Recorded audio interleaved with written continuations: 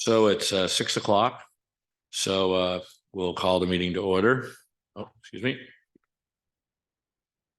I'll start by acknowledging that this meeting takes place in the traditional and ancestral territory of the Mi'kmaq people. We are all treaty people. So first on the agenda is a draft motion to approve the agenda in front of us. So moved by Councillor Ernst, seconded by Councillor Bertels. All those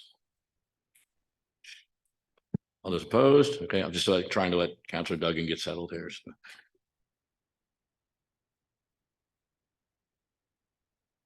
So approval of the minutes from the last regular council meeting.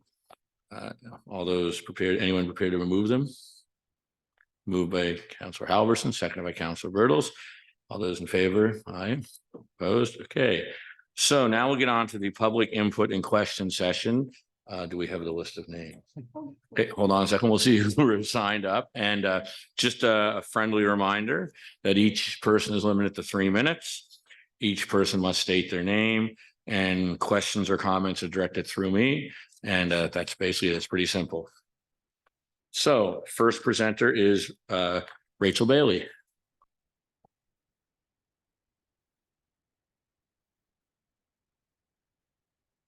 Okay, thank you.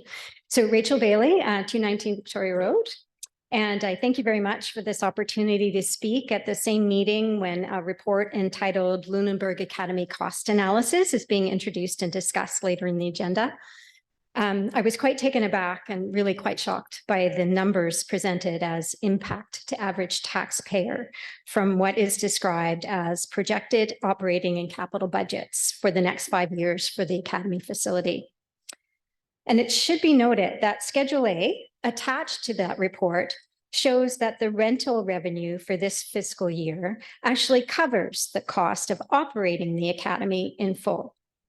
Our municipal tax dollars are being used, however, to cover the cost for a principal debt payment, which will reduce the interest payments over time, which is not a bad idea. Adding this payment results in a cost per residential taxpayer of just $27 for this year. And that's quite a difference from the $504.90 projected for next year. So it's really important to know that those very large numbers suggested as a cost to individual taxpayers in Lunenburg would only be realized, number one, if the town of Lunenburg decided to undertake all capital projects suggested in that 5-year period. Number two, if the decision makers around this council table think it is really wise to burden every taxpayer with such an unprecedented area rate.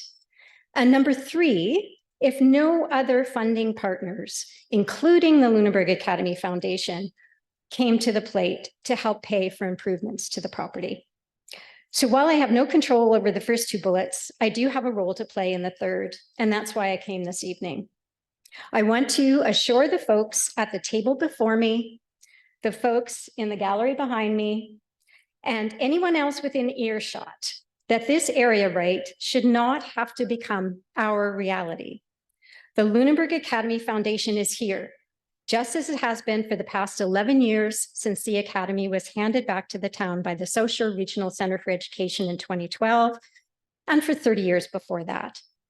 The LAF is ready, willing, and able to assist with capital costs of the Lunenburg Academy. And other funding partners, including the Atlantic Canada Opportunities Agency, Heritage Canada, Parks Canada, and the Nova Scotia Department of Communities, Culture, Tourism, and Heritage have contributed millions of dollars to the Academy in the last decade, and none of us are going away. A couple of my council colleagues, or my LAF colleagues, and I met with Mayor Myra and CAO Doyle just on Friday morning last to start the conversation about how we can work together to support the Lunenburg Academy National Historic Site. And we look forward to more productive dialogue with Town Council to ensure the taxpayers of Lunenburg will never be alone in caring for the Lunenburg Academy. Thank you. Thank you, Rachel. Next is Heather Smith-Langell.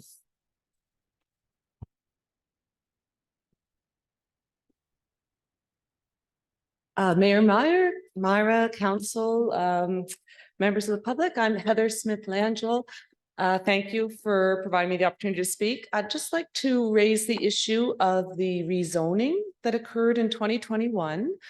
My parents, for whom I am a support and caregiver, live in an area, the lower part of Green Street, between Victoria Road and the exhibition, which was zoned residential.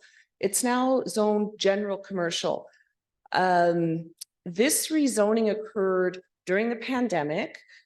I feel that there was not a proper consultation done to the people affected by this rezoning. I have spoken to my parents' longtime neighbors. My parents, as many of you be aware, they're elderly. Their neighbors are also elderly people, and between them there are 7 elderly people. They have 8 living children between them. I've spoken with these children. None of us were aware that our parents' longtime homes were being rezoned. So what I would like to request is that Mayor and Council reconsider this zoning change, move that area of Green Street back to residential. And if there is a written submission that may be made for this, I would appreciate it perhaps if the correct person, maybe that's Ms. Byrne, could communicate with me and let me know how I could put this to you in writing.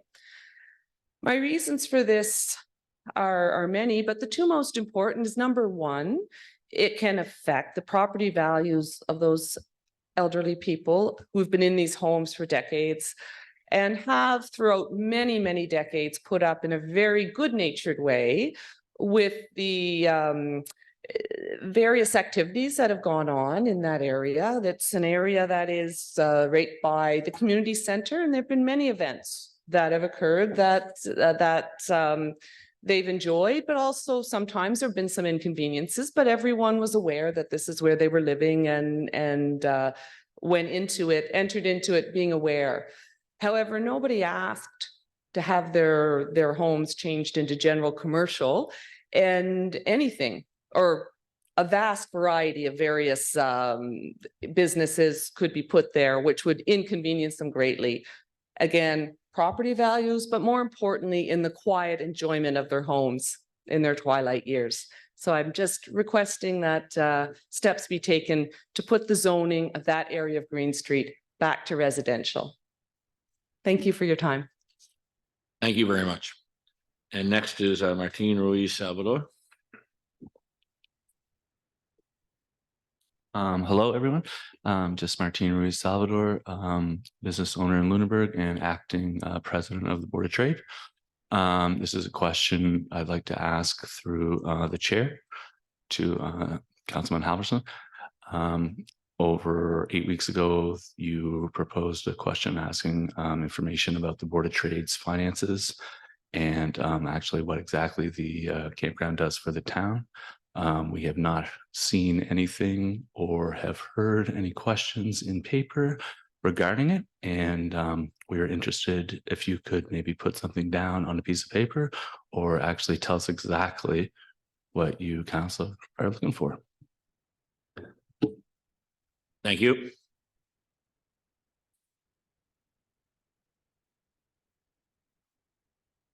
I'm pretty sure that was an actual motion. I'll ask the CAO. You've been in contact, I believe, with Board of Trade regarding this? Through the chair to Councillor Halverson, I have, and it was.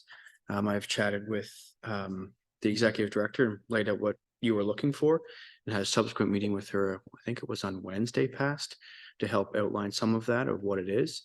And I know that she was subsequently going to contact you to have a conversation about, just to make sure she was hearing it from you so that she was clear what she needed to go get some information on.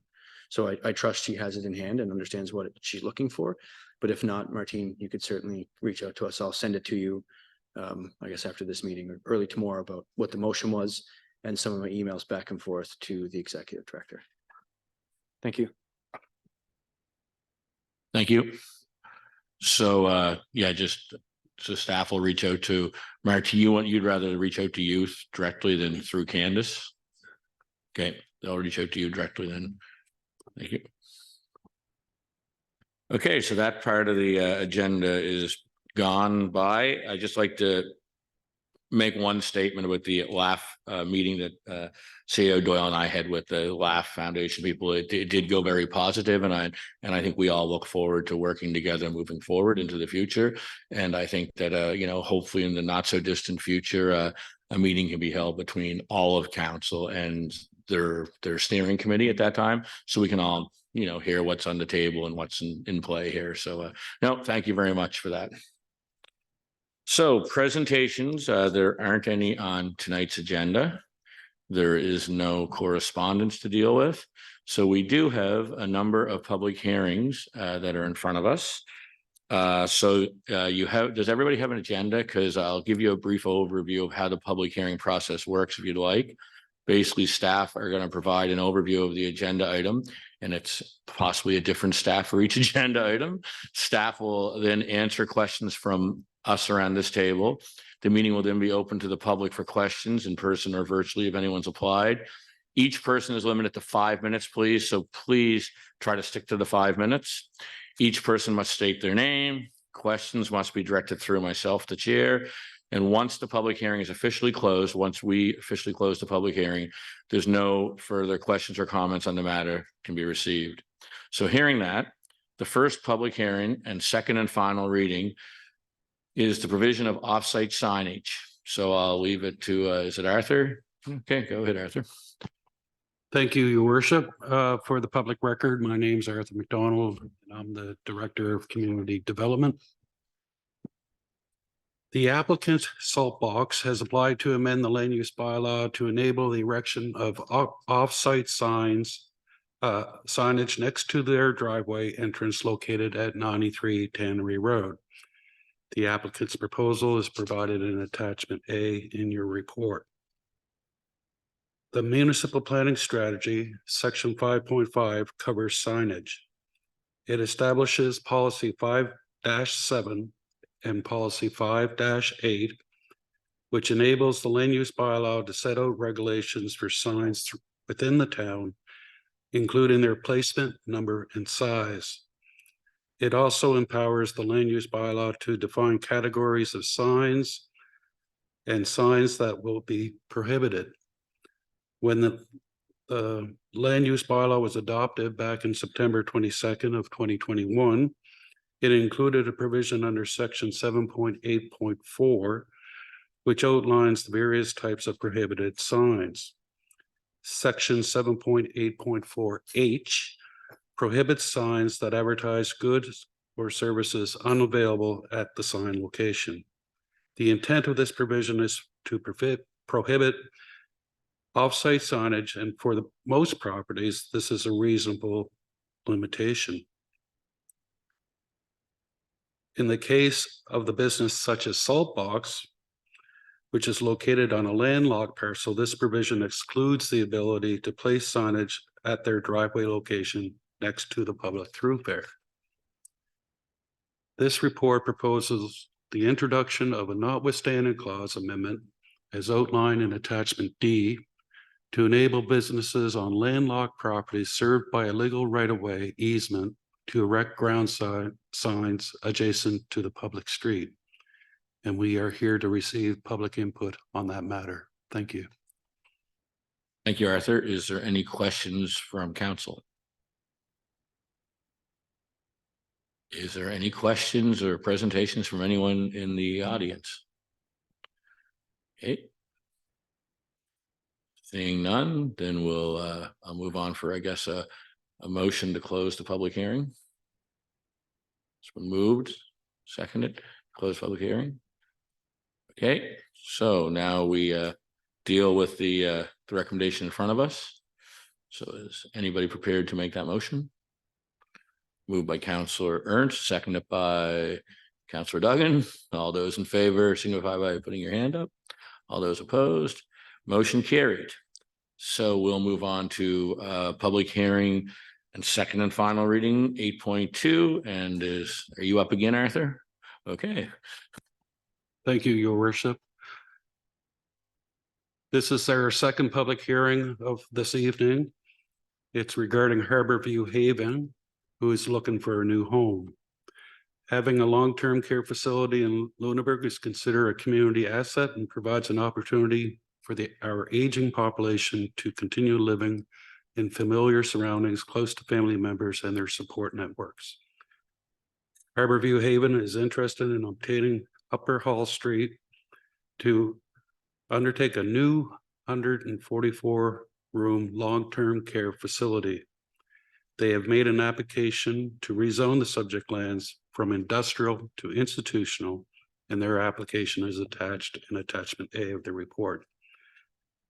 On September 11th, 2023, the Planning Advisory Committee had held a public participation meeting to receive public input.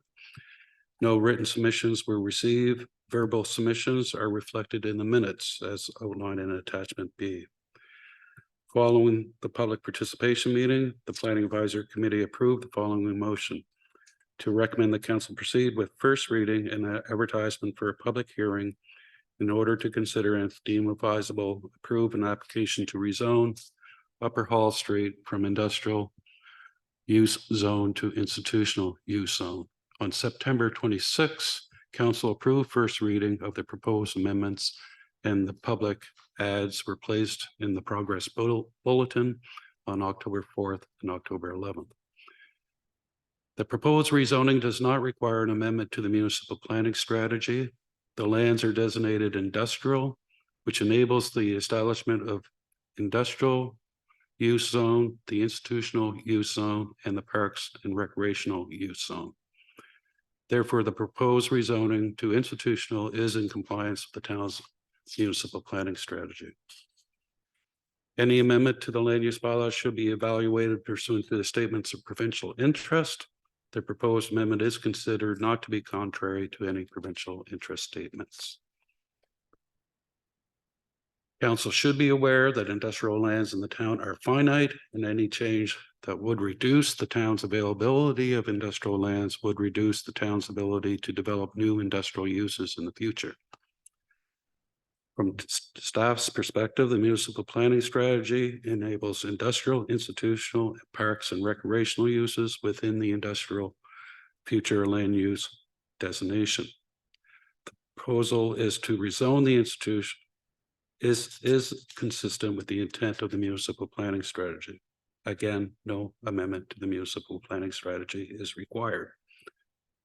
Staff have reviewed the traffic study undertaken by CBCL, which notes the development would have minimum impact on the Victoria Road and Hall Street intersection and the surrounding road network. We do have a proposed motion for council's consideration, but we're here this evening to receive public input on that matter. Thank you. Thank you, Arthur. So first, I'll go around the table. Does anyone at the table currently have any questions for the report for Arthur? Councillor Halverson. Thank you, and thank you for the presentation, Arthur. I think every time this has come up, we talk about the benefits of this project. We don't want to see, our loved ones go outside of the town. We don't want to see the workers we have here leave. I think they're a great community enterprise, great employer. It's wonderful all the way through. Our only concern, and I just want to pose this back to Arthur, so we ask it every time, but is the concern around the secondary egress from the property. What's being done? How is that being addressed? Are there conversations still ongoing? Will there be a second way out? Because of, as we've seen, if we get jammed up on one street, just takes a fire or a flood, and all of a sudden people are landlocked. So what are we doing about that? The second means of egress through the chair has been addressed through the traffic study. And we're working with the applicant with regards to the possibility of allowing an easement over town lands to allow them to provide that secondary means of egress.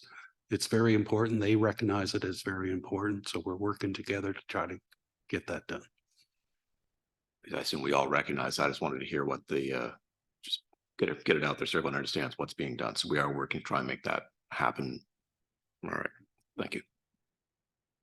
Thank you. Any other questions around the table at all for this? Okay, if there's none around the table, is there anyone in the public that would like to get up and ask any questions, say a few words? Yeah, come on up. Teresa, I couldn't see who it was. As it was dark back there, I wasn't sure who it was at first, so. Hi, Teresa Quilty, resident on McDonald Street. Yeah, so I think that, yeah, obviously this is a great thing. We all want to see Harborview Haven stay in Lunenburg. And I just also think about ensuring that this project is done in a way that's going to satisfy the community, the residents, the employees working there, the neighboring parts of the community and so on for many years to come. And also just thinking, you know, it's a big project and I don't know, maybe my questions are naive and they've already been thought about, but I thought I'll just bring them up because it is the second and final reading. So I hope that's all right. So my thoughts are just around two things that had occurred to me. And I'm just wondering, because I haven't heard any mention of these issues. So one actually sort of is around, I guess what Councillor Halverson was suggesting around the second egress. And it seems to me that if it were Kinnickle Avenue, and it could be, I mean, that seems like the logical route that it would be if that were extended. That makes sense. But then I do wonder about the impact of increased traffic, including emergency vehicles, sirens, et cetera, on the immediate and surrounding school zone. And I'm wondering if any traffic or impact assessment has been completed. And if the school families, the school board has had any opportunity for input into that, into the probable increased traffic and emergency vehicle presence. So, and I wonder, you know, it could be that it's a chicken and egg thing, and I do respect that staff have their process in this as well. So I'm not fully informed of that, but I do wonder about, you know, just also if we move too far along and we haven't looked at these things, you know, I just don't want us to be having some unintended impacts in the community and then, you know, getting people upset about that. So I did think that it was something that I had wondered about, and I thought if that the community would also care about that too, if in fact that were the route through Kinnickle Avenue and through the school zone. And I would think that the school, if it were, the school community would certainly want to be involved in coming up with solutions around that. So that was one thing that I had thought of. And then another one that occurred to me was, you know, I think if anybody goes up to right by Stelia and where that property is, it's pretty apparent that it's pretty loud from the industrial noise, and that also Stelia emits regular, they have a regular, I don't know what to call it. It's like a poof of smoke or something that comes out. So it's some sort of exhaust that they do periodically. I don't know what that is. I haven't looked into it, but I just had never heard mention of the noise or just questions around air quality. And I think, you know, if we're going to have our seniors living there day and night, it sounds like also, I think if I understand, employees would also be not only working there all day, but I think there would also be some employee residents around there too. And so while there may well be, you know, state-of-the-art filters and so on for indoor air quality, you know, people do need to be outside. It's healthy to be outside and get fresh air. And the sound is considerable. And so I just was wondering about that too. And I realized maybe these are things nobody wants to hear, because I know we're all very eager for this to happen. But I had to raise it because I think there are things that I've noticed and wondered about. I don't think I would want to live right next to that plant.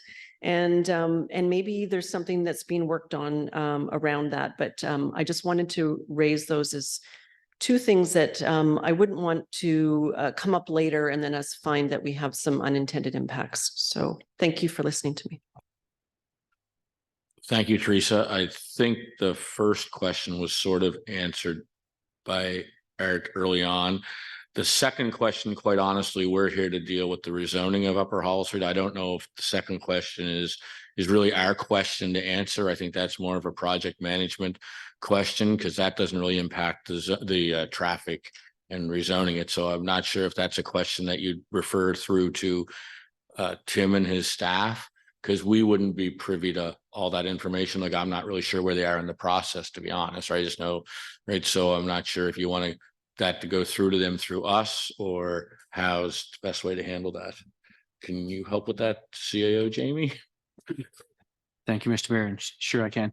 Art could run through the process a bit of how we got here, got to where we are, and any of the other questions that are into the specifics of the internal working of the project. Perhaps the applicants could certainly speak to those. So maybe we'll start with Art, because I think there's a lot of the questions that Teresa has had, we have dealt with to some extent. We've heard about noise concern, if there are any, and actually I haven't heard about the poof. I don't know what that is, but I guess we can sort through that. So perhaps we'll start with Art, and Art can run through the process of what we did from a municipal perspective to where we are now, and then we can have the applicant answer a couple of questions. Thank you. Okay, so Art, are you okay with that, Tim and staff? You guys? Okay, excellent. Thank you. Through your worship, the process started with the application. It went to the Planning Advisor Committee. The Planning Advisor Committee held a public participation meeting. They made a positive recommendation to council. Council approved first reading and the advertisement for the public hearing. We placed 2 ads in the progress bulletin, and then this evening we're holding the public hearing. I do want to point out that the traffic study did consider Knickle Road. It is just going to be intended to be emergency access and egress only. That Hall Street will be their primary entrance and exit to the facility. And the CPCL has identified that both streetways will see minimum impact. I do want to point out to council that there is criteria that is required to be evaluated pursuant to amendments and rezonings of this nature, and it's policy 6-19. And under the municipal planning strategy, it states the creation of new or worsening of unknown pollution problem in the area, including but not limited to soil erosion and siltation of water courses.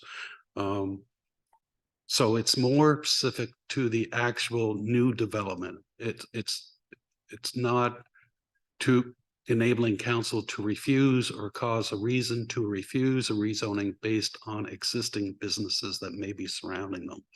So I just wanted to point that out to council. Thank you. Thank you. Tim, would someone?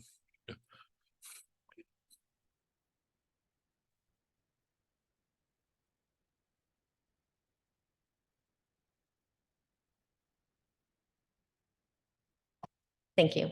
Good evening. I'm Donna Hoare. I am Tim's project manager, Grey Cardinal Project Management. To answer the question regarding the poof of smoke, we have not had any indication whatsoever that that is a pollutant, but since it's been raised, we will get an air quality test just to ensure the safety of the residents and the staff that will be housed and working in there. And with the noise level, we addressed that at the PAC public meeting. The design of the building is such that it meets and exceeds all current energy codes. Therefore, we're going to have a much better wall system, exterior wall system acoustically and energy efficient wise, which will minimize any noise transfer into the building. And I believe I've answered both questions posed. That's good with me. Or Councillor Halverson, go ahead. Just if I understood Teresa's question, Yeah. You also had concerns about if residents were outside, as you know, wanted fresh. Will there be issues with the noise at that point too? So part of the seniors and long-term care design standards is we have to have green space and we have to have subdivision in between any adjacent spaces. So the buffer of the trees and the nature in between, we're going way on top of the hill. So it is not rated adjacent the Stellia building, and I always screw that name up, and I apologize if I did it again. So we are going to have quite a buffer, and there's going to be a lot of nature trees, and we're going to add trees to the landscape to help with that transfer of noise. Thank you. Is that anything else? Ed or Councillor Duggan? Just to clarify, so on Knickle Road, when we're talking about an egress and an emergency entrance, are we discussing that emergency vehicles would access the facility via that route? No, they would only access that facility if they needed to. So the main entrance to the facility for emergency and other vehicles will be Hall Street. So Okay. the design allows for two separate, the driveway goes up and then it goes left and right. So there'll be two separate lanes of traffic and there's not a lot of traffic on the site. So only if there's no exit or entrance or egress from Hall Street or onto Hall Street would we use Kinnickle. Okay, and how will that be prohibited? So if there's the two We different. have gates. We're going to design that. So there'll be a gates. Okay, gate gotcha. system So if there will be required. something. There that will be prohibits some people from delineation. accessing. Yeah. Gotcha. Yeah. Thank you. And it will not be signed. So we won't have big signage saying, come up here. Anything else from anyone? Thank you very much. Thank you. Okay, so if there's no other questions, concerns about that, we have a recommendation in front of us. Is anyone prepared to move that recommendation this time? We got to close the public meeting. Yeah, we'll close the public hearing first. So a motion to close that we'll do first. Moved by Councillor Ernst, seconded by Councillor Bertels. All those in favor? So public hearing is now closed. So now we'll move on to the recommendation. Is anybody here willing to move the recommendation as presented? Councillor Ernst, seconded by Councillor Bertels. All those in favor, raise your right hand. All those opposed? Okay, motion carried. Now we'll move on to 8.3, which is Arthur again, I think. Thank you, Your Worship. This is a public information meeting and a discussion. It's regarding the potential sale of Upper Hall Street to Harborview Haven.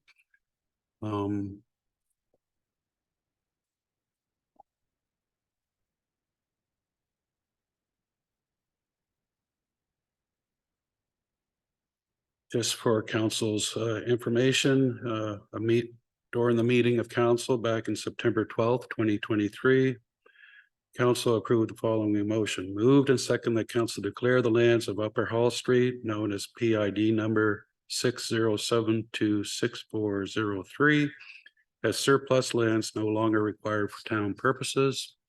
And they also passed a motion directing staff to schedule a public information meeting on the possible divestiture of Upper Hall Street for the possible relocation of Harborview Haven. The intent of the public information is to advise the public and to seek public comments prior to council making a final decision on the possible divestiture of these lands. We outlined the land evaluation tool for council as well as provided a survey. Therefore, I think it's appropriate to open up the floor to any public comments that this is citizens wish to direct to council. Thank you. Thank you, Arthur. Is anybody here this evening to speak on the this issue? If you are, please raise your hand. Seeing none. Okay, we'll move on then. This isn't a public hearing, so we don't close this part. If there's no other questions or concerns, we can go to the recommendation in front of us. Which, does a councillor want to move that recommendation? It's been moved by Councillor Bertels, seconded by Councillor Ernst. All those in favor, raise your right hand. All those opposed. Thank you very much, everybody, for participating in this process. So business arising from the minutes, or unfinished business, I should say. First is the Lunenburg Academy cost analysis. It's an information report in front of us. Does anyone want to comment on anything there? I mean, it's council, I mean, not the public. So the finance director can certainly comment on that. Thank you, Your Worship. This cost analysis report, the Lunenburg Academy, was prepared in response to council's request from last month, and I can walk council through Schedule A if you like. So beginning with the town's approved 23-24 operating budget as a starting point, the operating budgets for 24-25 or year one through to 28-29 or year five were prepared using a 4% inflation factor. These operating budgets assume the tenant occupancy remains the same as currently in place and that the current operations of the facility are not varied significantly over those 5-year period. The town has $398,000 worth of outstanding debt related to capital projects over the last 10 or so years. and the actual annual principal payments for these loans are included in the line principal debt payment. Regarding capital, as the Public Works staff had collaborated with the Lunenburg Academy Foundation for the capital reported in their feasibility study, it was reasonable for the town to use the same 5-year capital estimates. These estimated costs for operating and capital after deducting revenue from tenants were used to calculate the provincial area rate that ranges from 18.7 cents in year 1 to 19.2 cents in year 5. The assumption of 100% funding from the town's tax rate for all future capital was used in these calculations. This is a worst case scenario, but until funding is secured from other sources, this is a prudent financial budgeting. If the town budgets for a capital grant that does not materialize, then the capital project will have to be deferred. However, if funding commitments are received, the potential area rate can certainly be recalculated. That concludes my overview, Your Worship. Thank you. Thank you. Is there any comments from council? Councillor Halverson? Thank you, and thank you for the report. I guess Rachel Bailey came in earlier today and she had some concerns. I guess I'd like to give you the opportunity to, answer those if you could. About the capital cost, why it was funded the way it was, and I believe, Rachel, you mentioned about historically we've had partners, federal, provincial, and that kind of thing as well. Okay, certainly. As I mentioned when I was recapping the report, we did not assume that we would receive those grants. If we want projects to move forward, we have to know that we have the funding in place. So certainly if we have a commitment, from the foundation or from others, we can certainly work that into the calculations. This was prepared assuming that we don't know what those future grants are going to be. We've certainly had lots of success in the past. That doesn't necessarily mean that we'll have that same success in the future. And we also have competing facilities such as the room we're sitting in right now, right? That we're looking for those same sort of grant dollars, so that we have to balance that.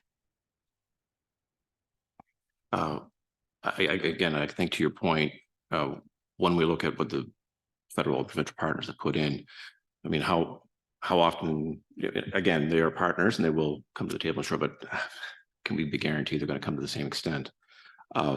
When we're looking at this number, though, this is a sticker shock kind of number here. How would we go about reducing this? So if this is my understanding, if we're going to do this as an area rate, that needs to be approved through the Utility Review Board. What's the mechanism? So if we want to go this year to next year to this year, and we want to decrease the rate year to year or increase as need be, is there an easy mechanism for that? So that is not something that has to do with the Utility Review Board. That's something that's approved by council. So it's just part of our budgeting process. And when we're setting tax rates, that can be considered if that's something we want to do.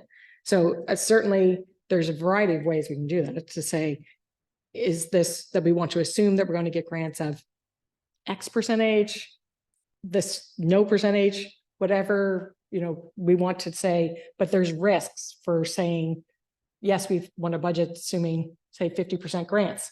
And if we don't get those, then the project can't move forward. And there's obviously risks to the facility if that happens multiple years in a row. Sorry, the chair will indulge me here. I don't see reserves in here, capital reserves. Is there any allowance for that in these numbers? No, there is no capital reserve allowance included in this calculation. We don't have any specific Lunenburg Academy reserve set up or established. So it would be looking at our general capital reserves that we have already allocated to various projects. So if there are other projects we want to defer and have that designated for these projects, that's certainly something that council can consider if they want to. I feel like that would be a prudent move in light of these big numbers, instead of having to say, this year we need to come up with, $400,000 or $600,000 or whatever the numbers may be. If we had that reserve, had a little little nest egg. So it might be a little more than you would pay if we weren't going to include the capital costs in year 1, year 2. But, you know, it would buffer those year 4 or 5 if we did need to replace a roof or the plumbing or the foundation or something like that. I guess, in your opinion, would that be good practice? Is that something we should examine if we propose to go with its area rate? Well, with or without the area rate, we can still consider if we want to have reserves, because it doesn't, I mean, taxing it by an area rate or by part of the general tax rate, we can still have those as considerations. So it's really just deciding what parameters that we want to reserve for. Like if we want to consider 100% of that particular projects in year 1, or say those can be deferred out 2 or 3 years or spread out even further, and that we set whatever amount we want to save aside for that. Saving for them so that we don't have to borrow when we get there is certainly prudent. And considering the large investment we have to do at the wastewater treatment plant, and we've talked about wanting to cap out our borrowing based on that, is that there really isn't a lot of borrowing room for all of our capital infrastructure, which is many and varied, pulling on our resources. And so, you know, it certainly would be prudent to set something aside for this. And that's basically the reason I wanted to get these numbers is we all recognize the situation we're in, where we're going to be up against, we're not going to have borrowing capacity. And if something does go wrong with any one of our utilities or the academy, we're going to be in a tough spot to try and deal with it at that point. So I thank you. I've had more than enough time. Thank you for the report, Lisa. Any other counselors have any comments on the report? Okay, I'd just like to say a few things. First of all, I thank staff for the report. I think staff did present a report that was requested, and they did what they had to do. They don't know if we're going to get $5 or $5 million for any of the projects up there.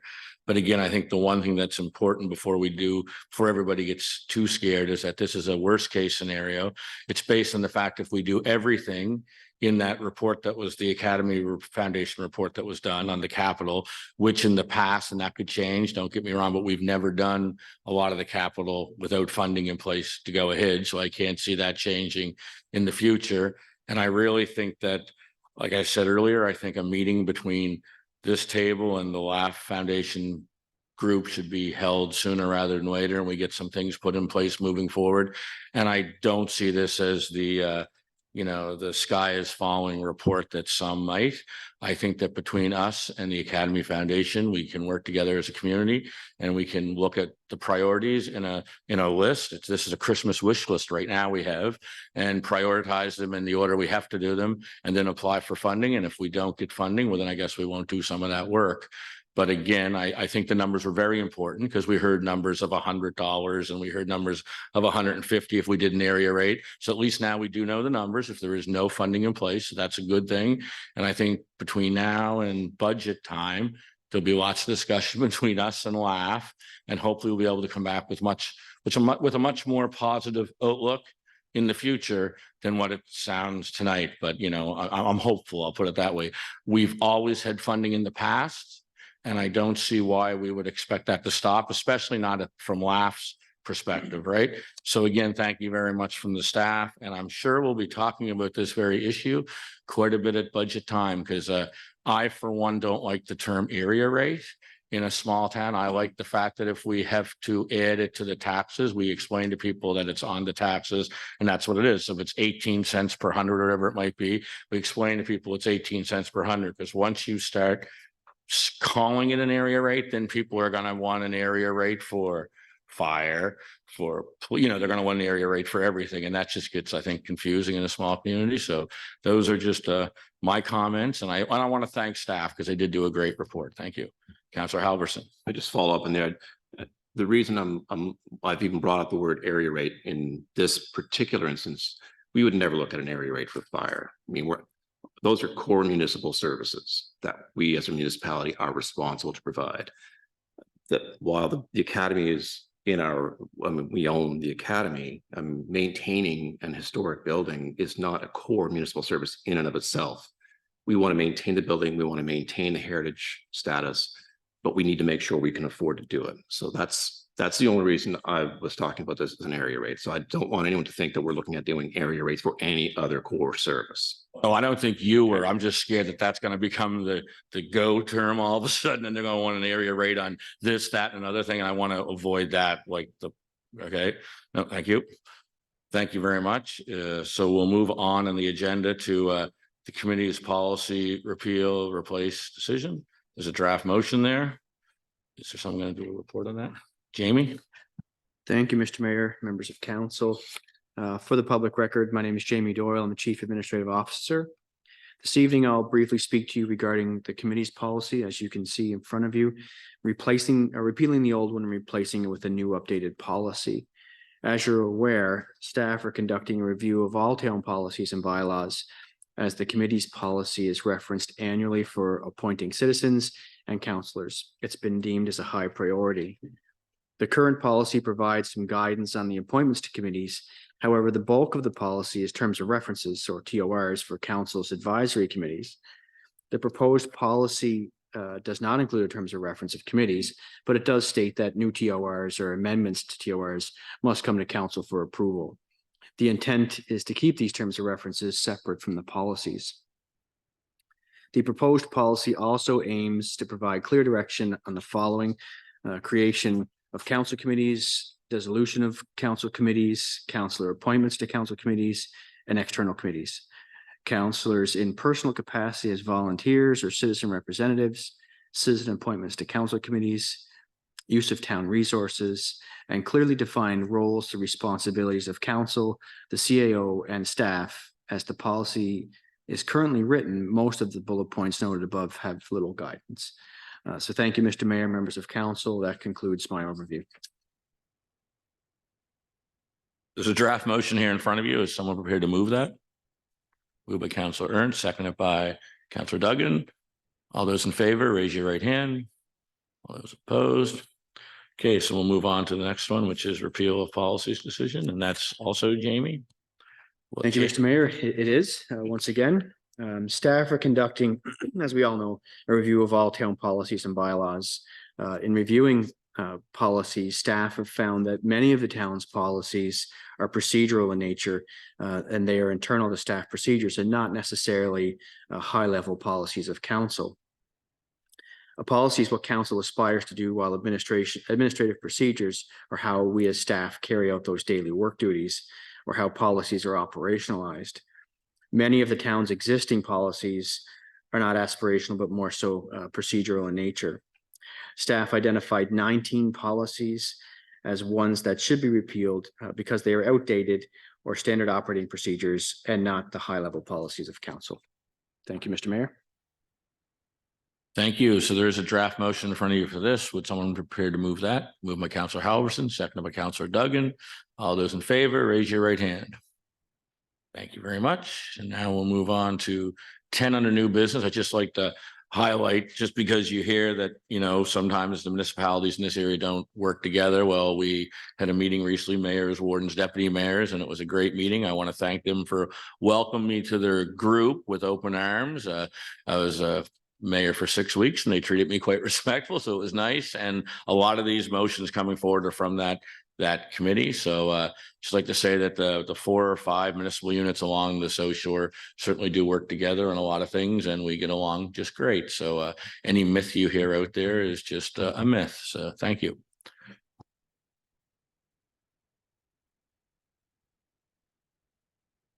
So we just need a motion then to approve or appoint Scott Lutz to the Lunenburg County Accessibility Advisory Committee for a 2-year term. So is someone prepared to move that? So moved by Councillor Halverson, seconded by Councillor Birtles. All those in favor, raise your right hand. Excellent. Secondly is the draft motion in front of you for the Anti-Racism and Anti-Discrimination Inter-Municipal Agreement. And Jamie will speak on that one quickly. Thank you, Mr. Mayor. Again, my name is Jamie Doyle, Chief Administrative Officer. This item, the Anti-Racism Inter-Municipal Agreement, has been long anticipated. We, the contributing municipalities, have been discussing this for quite some time, and this is a positive step toward forwarding and establishing a regional anti-racism and discrimination committee structure. The committee will have a host of responsibilities, from working with staff and councils to building community relationships. The coordinator to be hired will be housed out of Chester and will work much like other shared resources, and will be hired on a term basis ending in March of 2026. This evening, I'm requesting that council approve executing the Inter-Municipal Regional Anti-Racism and Diversity Agreement with the other units within Lunenburg County as outlined in the agreement. Thank you. Thank you, Jamie. Is someone prepared to move that? Moved by Councillor Duggan, seconded by Councillor Ernst. All those in favor, raise your right hand. Motion carried. So now we'll move on to the snow removal policy. So do we just need the motion? Do you want to speak on that? Okay, Jamie, go ahead. Thank you, Mr. Mayor. It's me once again. This evening, I'm requesting that council give notice to repeal policy number 41, the snow plow salting hauling snow from street policy, and replace it with the snow removal policy as presented. The current policy mostly reads as internal staff procedures and not necessarily a high-level policy of council. Policy is what council aspires to do, while administrative procedures or standard operating procedures are how staff carry out those daily work duties. The current policy has also outdated sections referencing positions that no longer exist or practices that no longer occur. By removing operational procedures from council's policy, staff can be more easily and quickly amend daily operational practices as required. That concludes my overview, Mr. Mayor and council. Thank you. Thank you. So is there someone prepared to move that motion? So moved by Councillor Halverson, seconded by Councillor Bertels. All those in favor, raise your right hand. Now, the next one is Victoria Road Water and Resurfacing. And as much as people have came to me in the last 3 weeks since I was elected that needs to be done, I will not take any credit for that because I wasn't even sure we were out getting for quotes on that at this time. So I'm glad to see we're doing it, but please don't come in and say thank you for doing that since you've been mayor, because I didn't wave a magic wand and get that done. But I just thought I'd mention that because that's what someone would probably say. So yeah, my welcoming thing. Yeah. So Tyson, you're up. Thank you, Your Worship. For the record, my name's Tyson Joyce. I'm the town engineer in Lunenburg. I'm going to preface this report by just making it clear that there's two components to this project. One is the road resurfacing, which is tied to the town budget, and the other is the water main renewal, which is tied to the water utility budget. So there's two recommendations from staff. The first is that council approve a revised 23-24 water utility capital budget for the Victoria Road Water Main Renewal Project in the amount of $430,000 with funding from the Water Utilities Depreciation Funds.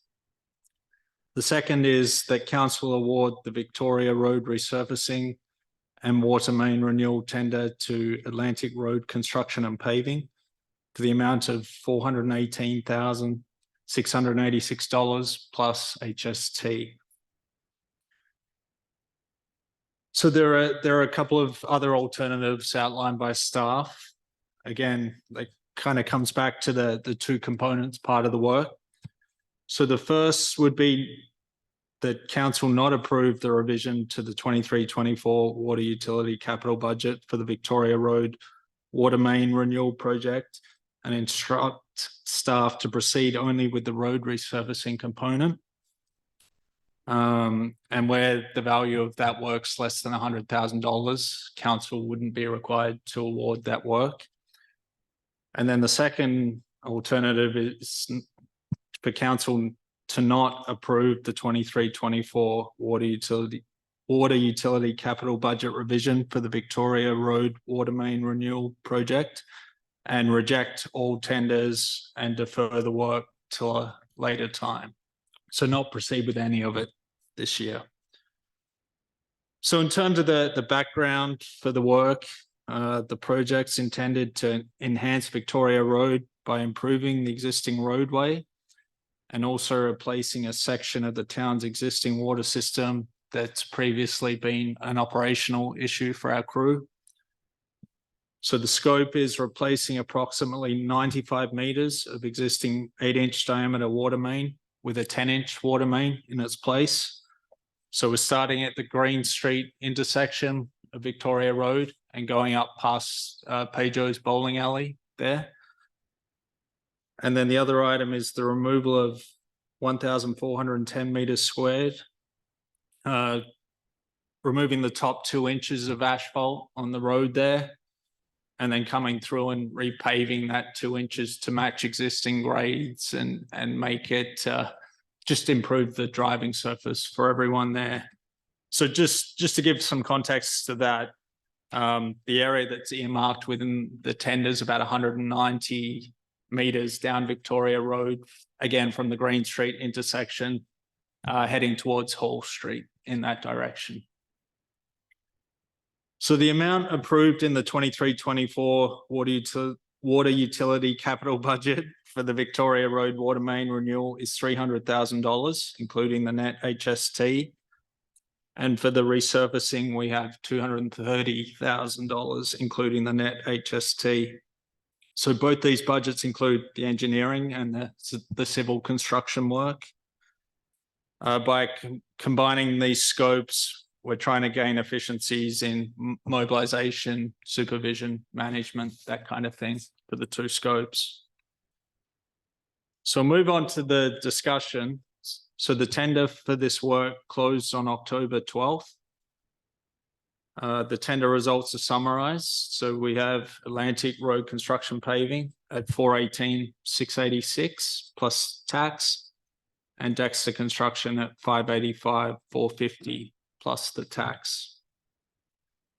So the resurfacing portion of the project provides the opportunity to significantly improve this driving surface in a very high volume section of town, where we've got people accessing grocery stores, fuel, coffee shops, and it's a main thoroughfare to Bridgewater and within the town. The work with the water main renewal allows us to achieve several goals. Again, replacing a section of water main that has required many repairs over the years. Realigning the water main trench, which is currently runs very close to where we have utility poles with electrical services on. It allows us to get away from that and removes that as a safety issue for any repairs in the future. And it allows us to upsize this section of water main along Victoria from 8-inch diameter to 10-inch diameter, increases the capacity of our system and allows us to better serve potential future development corridor along Victoria Road. So in terms of that 418,686, the water main renewal component of ARCP's tender is 354,219, and the road resurfacing component is $64,467 based on the units included in the tender. So when the tender was composed, we made sure to include some wording within the tender that would give us some flexibility with the units.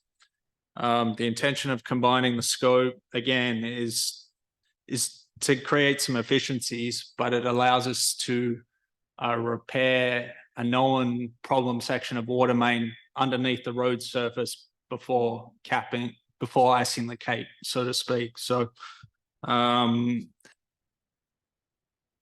but the way that the tender is worded, it does allow us to apply quantity variations based on budget requirements. But in terms of that, the water main component, we can't pick and choose with that because it's a complete system. If we're doing it, we have to do it all or do none of it. We can't reduce that scope. Whereas the road work, it does give us some more options where it's at the surface and we're talking about planing and paving an area, right? So in terms of the financial aspect of the project, so again, the water utility capital budget amount was $300,000 with funding from the water depreciation reserves. And the amount approved in the capital budget for the resurfacing is $230,000 with the funding from debt. So we've summarized our proposed revised budget based on the staff's recommendation. So if the project was to proceed as recommended, we would require a further $130,000 to complete the water main renewal component. This additional funding could be sourced from the water utilities depreciation funds. In terms of the road resurfacing portion, obviously that came in under the budget allowed. But staff's recommendation would remain that the budget stay as is, and that would allow some scope to potentially expand, or if we run into unforeseen items as the work's being completed, it would just give some room to maneuver there. That completes my report. Thank you. Thank you, Tyson. Does anyone have any questions for Tyson? Councillor Halverson? I'm going to put on my mustache and speak for my friend who's not here tonight. Addressing Lisa, I see $130,000 come from the water utility depreciation funds. Where does that leave that reserve? The depreciation fund, sorry. Sorry, I don't have an exact balance to provide you, but that reserve is designed to fund future capital, right? But there's an investment to put in that reserve every year. There have been a number of years where the reserve has been building versus the need. And so it is definitely sufficient to handle the additional funds. And just a couple more questions through the chair to Tyson. That pipe going from 8-inch to 2-inch, 8-inch to 10-inch. Will that provide enough flow? Obviously, that corridor looks like the one that will likely service this expansion we're talking about for Harvey Haven. Will that be ample enough to service the needs of development up there if they decide to move up there? Through the chair, I wouldn't. The section that's a pipe that's being replaced is from Green Street to pretty much where the blue building is there on Victoria. So it would add capacity to the system and the line. It wouldn't have any direct correlation or impact on the Harbourview Haven or Upper Hall Street directly, but it's strengthening our system, adding capacity. So I think it would help all the properties in that location, and Upper Hall Street is part of that, but it would be stretching to say that this directly impacts that. Is that clear? Yeah, it just sounds like you're expanding capacity for the entire area. I just wasn't sure. It just seemed like that was heading in that direction. I don't know what the underground infrastructure looks like. I was making an assumption. So, and then the last question I had, while you're over there, obviously this summer we saw what the effects of that massive rainfall we had over there. Is there any component of this that's going to mitigate any of that flooding so that we can hopefully prevent or at least offset some of the flooding we saw across that corner in an event like we had earlier? Through the chair, basically the project is matching what's there now in terms of grades. So there wouldn't be, if you're thinking of something like a berm or raising that whole area, that isn't intended to be part of this scope. This was really focused on a problem area that we knew within the water system, and an area where it's high volume for traffic, and just the asphalt's very, very tired, let's say, and worn. And so we do have the Tannery Road culvert condition assessment that's ongoing. That I would be expecting something from that would help us more with the issue that was present there in July, more than anything to do with this scope. Just for benefit of council, again, we don't know what's under the ground. So that Tannery Road culvert, is that the one that draws the water away from that Victoria Road corridor and out to the water. Is that correct? Out to the sea?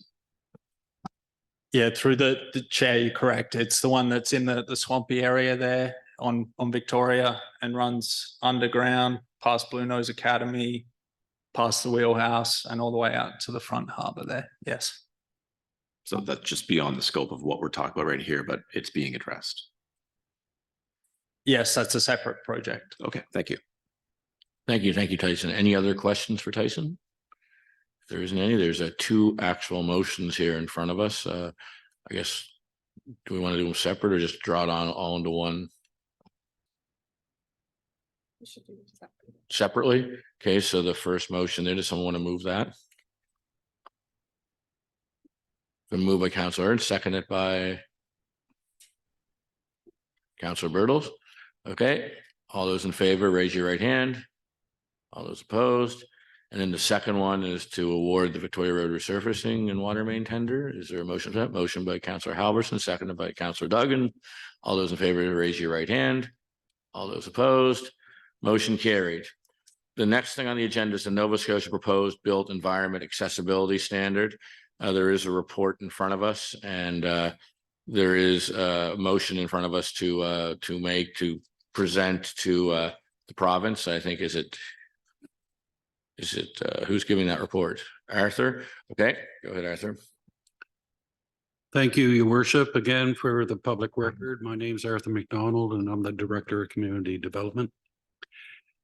The Government of Nova Scotia Accessibility Directorate is responsible for administering the Accessibility Act and advancing disability issues that impact the 30% of Nova Scotians with disabilities and many others.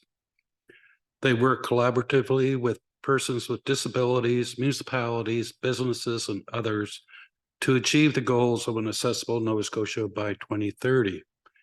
To reach these objectives will require changes to the status quo. Therefore, the Accessibility Directorate has released the province proposed built environment accessibility standards work for public review.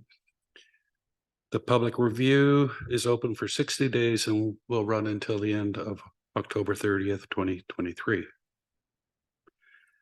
To provide some background, the town of Lunenburg adopted the Lunenburg County Accessibility Plan in 2021 in compliance with the Accessibility Act. This plan outlines the town's commitment to accessibility in the built environment through the commitment that municipal buildings and outdoor spaces within the municipality provide meaningful and equitable access for users with disabilities. What is the built environment, you may ask? The built environment means human-made spaces in which people live, work, play, and learn. This includes inside and outside of buildings, as well as outdoor spaces such as trails, parks, and beaches. The proposed built environment standards will impact the town of Lunenburg, both administratively as well as financially. The proposed built environment standards have 5 components, and I'll just list them as the built environment accessibility standard regulations. Then they'll have guidelines. There's building code amendments, fire code amendments, as well as government actions.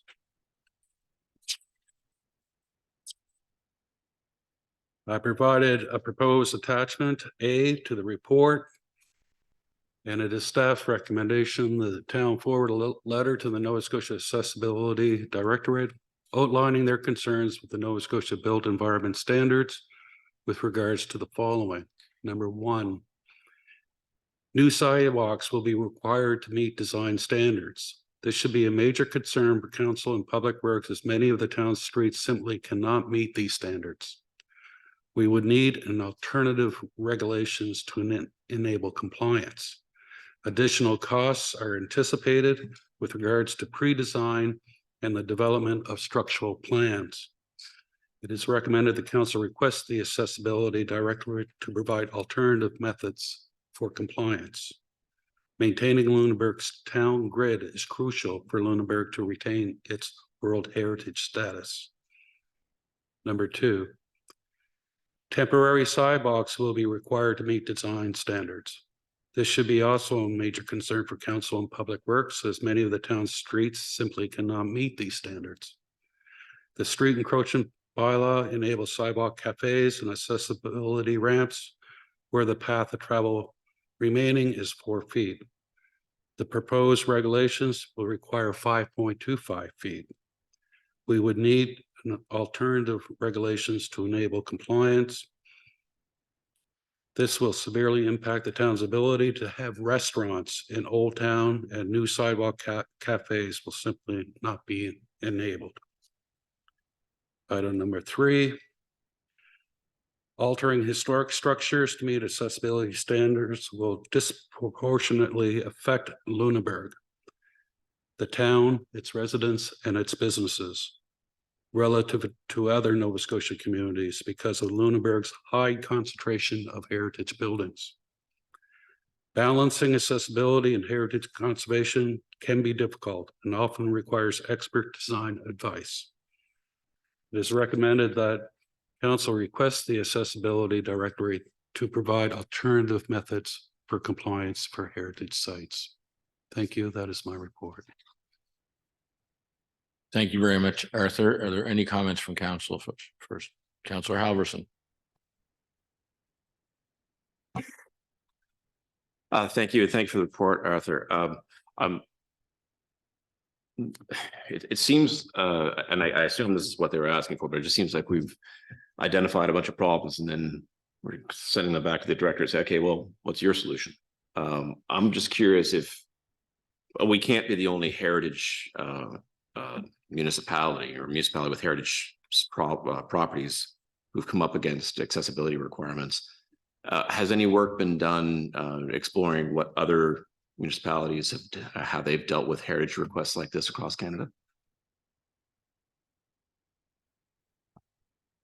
Through the chair, I can't speak about the rest of Canada. This is a Nova Scotia initiative. It's, I believe, the 3rd province in Canada that actually has an accessibility act.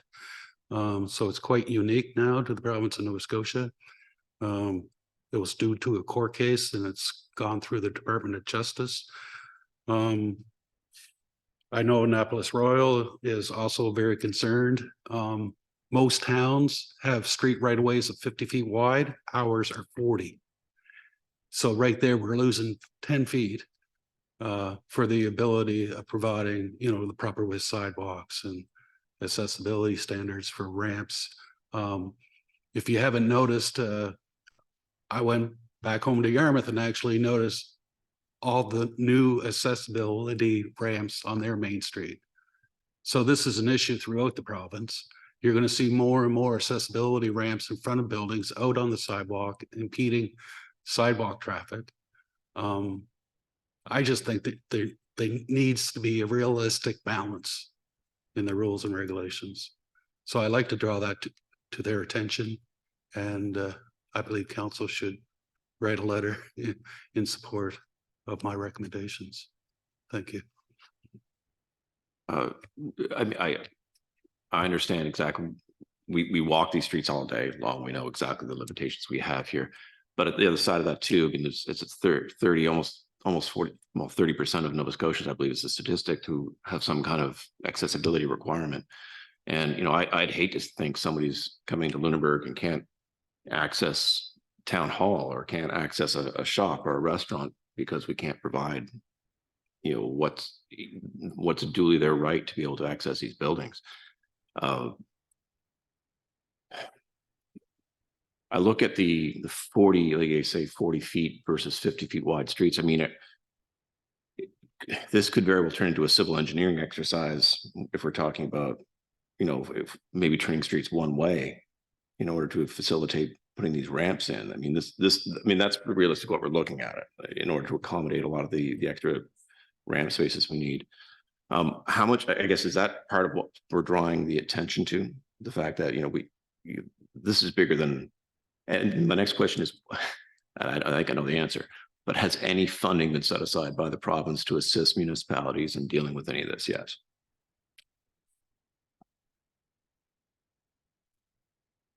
Through the chair, Personally, I was quite shocked that the built standards for temporary sidewalks were over 5 feet in width. I asked, why is that? Well, it's to deal with two-way traffic. And I had to point out to them that most of our streets with vernacular traffic do not provide two-way traffic. There's a lot of our streets that are two-way traffic where only one vehicle can actually drive down the road. So I think there's a disconnect with the people who are drafting these regulations and our own experience that we deal day in and day out. The other question was, oh, sorry. Financing. Recently, they just announced a proposed funding program that closes in February. We hope to apply for it. So I see more and more of these funding cost shared agreements being made, available to municipal units as we go forward. So I was quite excited to see this one come forward. It was just released in the last couple of weeks. And so we should be applying for that right away. Thanks.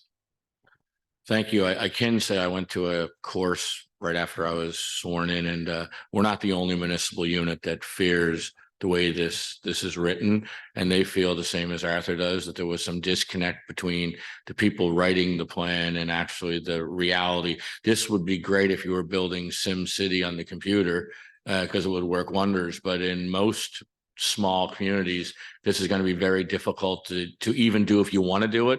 I mean, money unfortunately can't fix everything. So even if you can afford to put certain things in, if a street's only so wide and there's businesses on both sides of that street, you have to get to those buildings somehow. So I think this won't be the last time we hear of this. We won't be the only municipal unit, I don't think, writing in. And I also think the Board of Trade was looking into this back in the spring, because a lot of our business community is a little bit disturbed by this as well, because it's going to make it really, really difficult. And I mean, yes, everybody wants to do the right thing and make their buildings and their business accessible. There becomes a point like, how do you do it in certain areas for every building, right? So I want to thank staff for doing the report, and I really like your comments on attachment A. I think they all hit the nail right on the head there, Arthur. So thank you.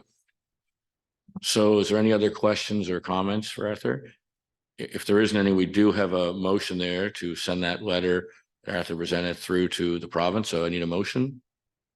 So moved by Councillor Halverson, seconded by Councillor Ernst. All those in favor, raise your right hand. All those opposed.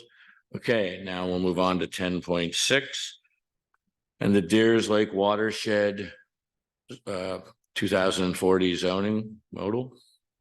And this is Tyson, I think, or Arthur. Oh, Arthur this time. Okay, Arthur again. Thank you, Your Worship. Again, for the public record, my name is Arthur McDonald, Director of Community Development. The town's potable water supplies comes from Deers Lake Prescribed Watershed located in the municipality of the district of Lunenburg.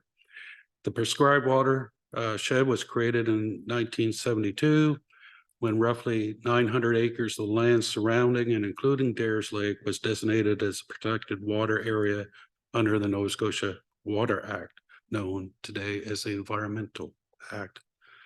Provincial regulations were approved to protect the water supply against potentially harmful activities such as animal pasturing, fishing, boating, etc.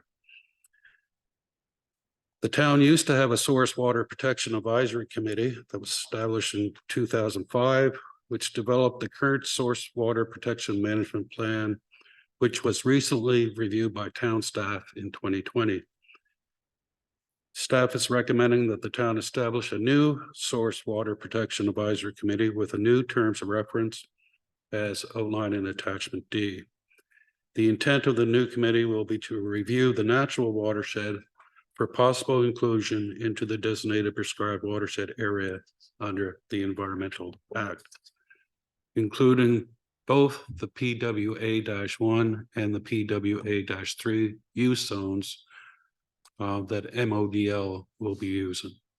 and consider the development of new prescribed watershed area regulations under the Environment Act.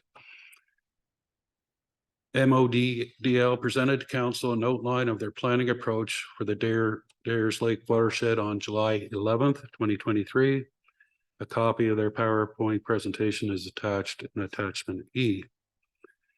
MODL intends to take a two-tier zone approach for the protection of the natural watershed area. PWA-1 will be the most restrictive zone and match the existing prescribed Dares Lake watershed area. PWA-3 will be less restrictive and cover the remaining area of the Dares Lake natural watershed. MODL's development of land use provisions for Dares Lake watershed are a huge step forward. They have reached out to the town to provide comments and or concern, and staff have developed a response as outlined in attachment A for council's consideration. It is recommended that council provide their comments and or concerns to MODL to help them finalize their proposed land use bylaw provisions for Dares Lake.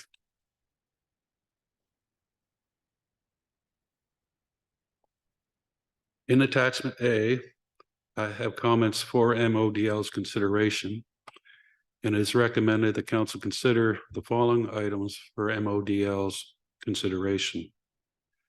The uses in the proposed PWA-3 zone should exclude commercial uses, except those that are considered as home-based businesses.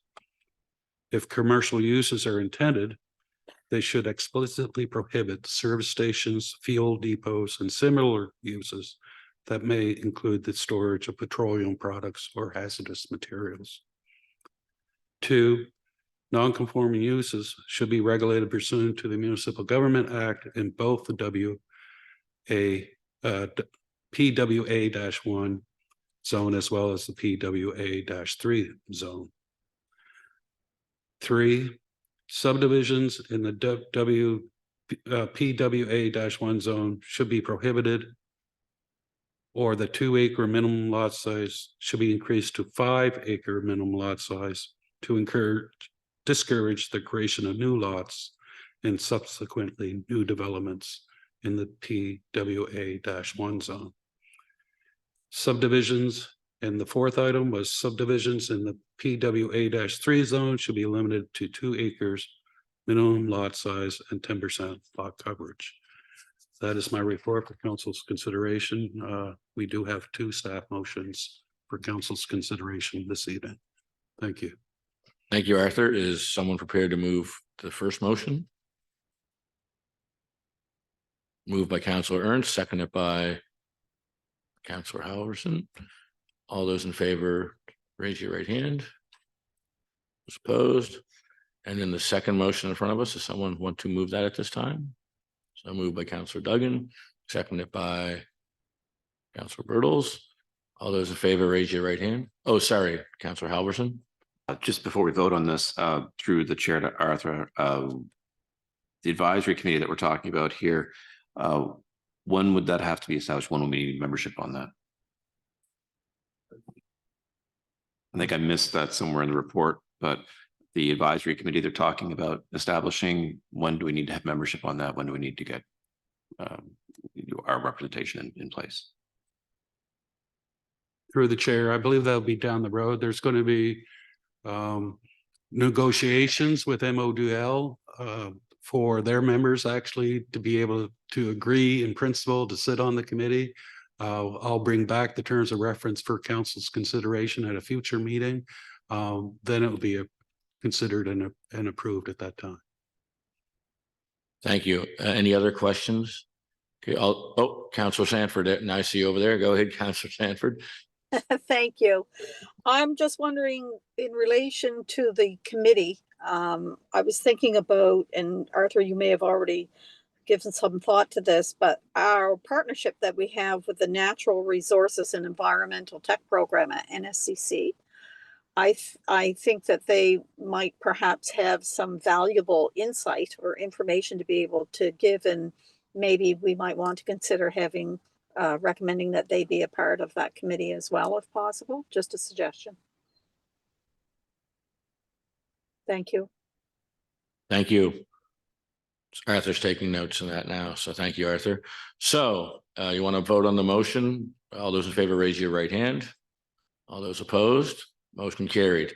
Notice of motions information request, there really isn't any. I just like to highlight one thing here before we go in camera and call a recess. The BML public information session is scheduled for November 9th. I think council is, or staff is working to try to get that moved to the 16th at this point.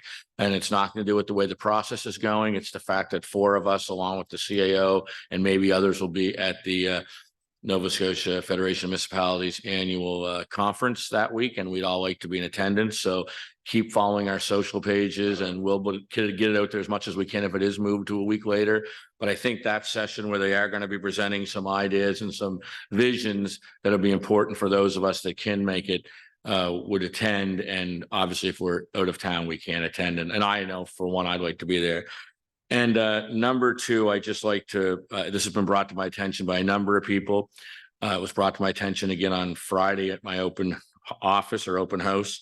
I've been to both sessions, and I must say that the sessions are going well. The last session went a little longer than people had hoped, but I just ask everybody out there, and I wish I would have said this maybe at the beginning of the meeting when there was some more people here, but I just would like people to attend the meetings, follow the process that's laid out in front of us. And yes, get up and speak and bring your ideas to meetings like you are here at these meetings, but please be respectful to one another. Be, basically be courteous, be nice. We all know that there's a big difference of opinions on what should happen on that land moving forward. But again, I think most of us know the opinions are very far and wide, and there's a middle ground to some. But I think the more respectful we are, and that's all of us, and it can be us around this table, it can be those sitting at the thing, any of us, we should just respect one another, be nice to one another, and listen. When this process all comes out in the wash, probably February, March, or whenever we deal with it at this table, there'll be lots of time. If you want to come and, I guess, speak your piece at this meeting, you can, but be respectful. And I mean, remember, the developers are also hired to do a job, and that's all they're doing right now. This isn't their project. They're just hired to do what they basically, the tender was put out for. So again, I just wanted to say that I think the process is going forward quite nicely. I think we're getting great attendance, 100+ at the first 2, which is wonderful to see. But again, remember, we all have to go to the same post office, and we all use, for the most part, the same drugstores and the same grocery stores. So be respectful and just, try to be a little bit kind, I guess, is my request. So thank you, everybody, for attending tonight. And now a motion to move in camera. So moved by Councillor Duggan, seconded by Councillor Ernst. So we're going to call about a 5-minute recess, and then we'll move in camera. Thank you very much.